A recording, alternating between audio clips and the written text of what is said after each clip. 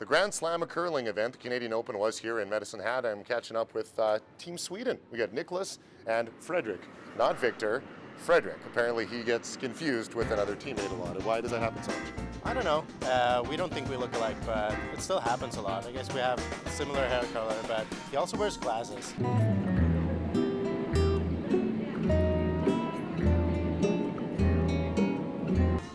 And I don't. So. Okay, people with glasses are different. We already know about that. So anyway, thanks for joining us, guys. Thanks for being here. I guess how's the trip into Medicine Hat?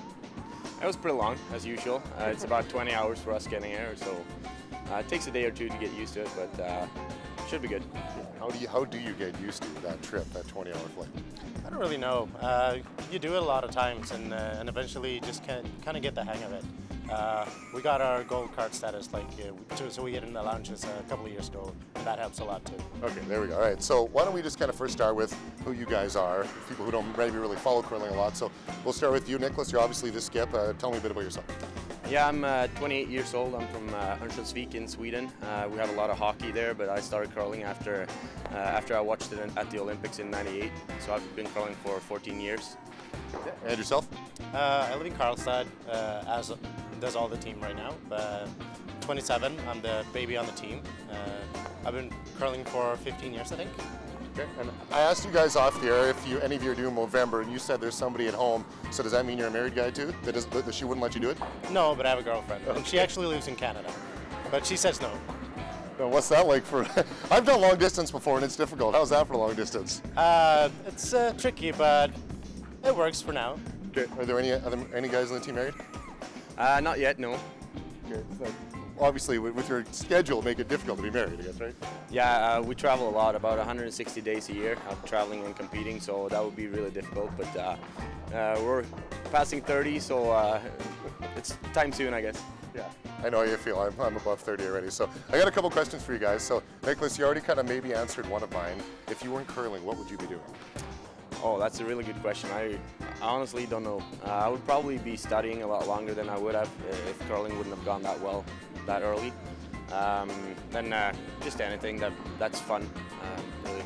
No hockey? You said there's a lot of hockey in your area. You wouldn't be playing hockey? For me, it would probably have been tennis for a bit longer, but I've had some back problems, so that wouldn't have worked out with, now I know that wouldn't have worked out.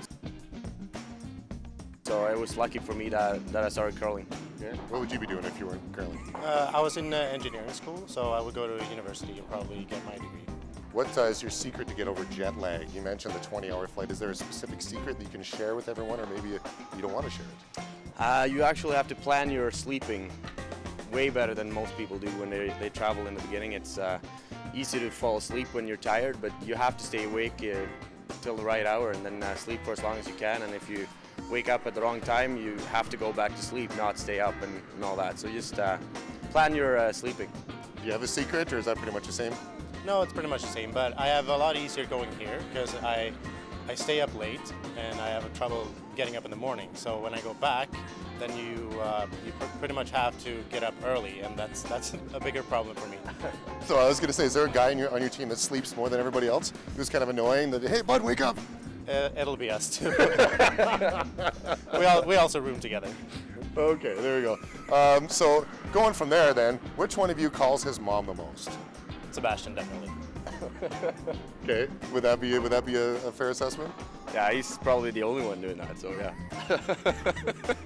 All right, which one of you is always late? So if you're always up late at night, imagine you're the one who's always late? Yeah, us too, again. Goes with the roommate thing. Is there not one thing you could share off from each other and kind of make one other roommate? Not really, no. We do stuff together. That's why we room. And no, I'm probably the late one. I don't like to get way too early and just hang around doing nothing. I like to do stuff until the last minute, so I'm probably the late one. Okay, there's a lot of stereotypes from every country out there, right? For Canadians, it's A, whatever. What are some of the craziest stereotypes you hear about Swedish people that you encounter? Well, the obvious one is everyone's blonde and has blue eyes, but I kind of fail on both those. So maybe I'm not really Swedish, I don't know. Well, you're dating Canadian girls. Maybe there's some Canadian roots underneath there? Yeah, maybe that. Okay, Nicholas?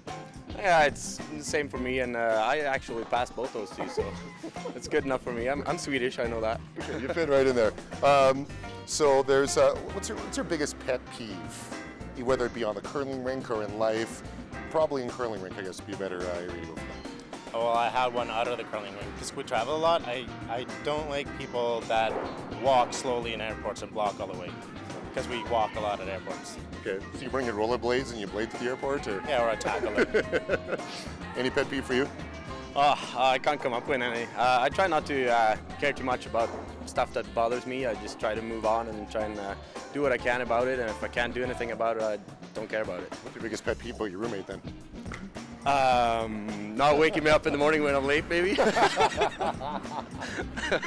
Okay. When you're coming to Canada, what delicacy do you enjoy the most? A food, or you have to come and get a Tim Hortons? What's something that you really enjoy about Canada? Oh, tough question. I miss my girlfriend. Is that a good answer? Okay, that's a great answer for you. Probably Starbucks. We drink a lot of coffee back home, and getting here, Starbucks has really good coffee, and you can just sit down and relax and have some of that and just feel Swedish for a while. Okay. So going on that topic, we have something called these Swedish berries. Do you guys have Swedish berries in Sweden? No, we don't. But always at the Grand Slam events here, the management they buy us those all the time. They do, really? Yeah, they do. Do you guys actually like these? Kind of, yeah. They're kind of similar to the candy we have back home, so we actually get a lot of those when we get here. The Slam people like to treat us with that. What do you think of it being called Swedish berries? Is it kind of weird that they're not from Sweden? So what's your thoughts on it? No, it's really an honor that they actually know that what Sweden is. All right, so on that note, we may as well enjoy some fine Swedish or Canadian delicacy.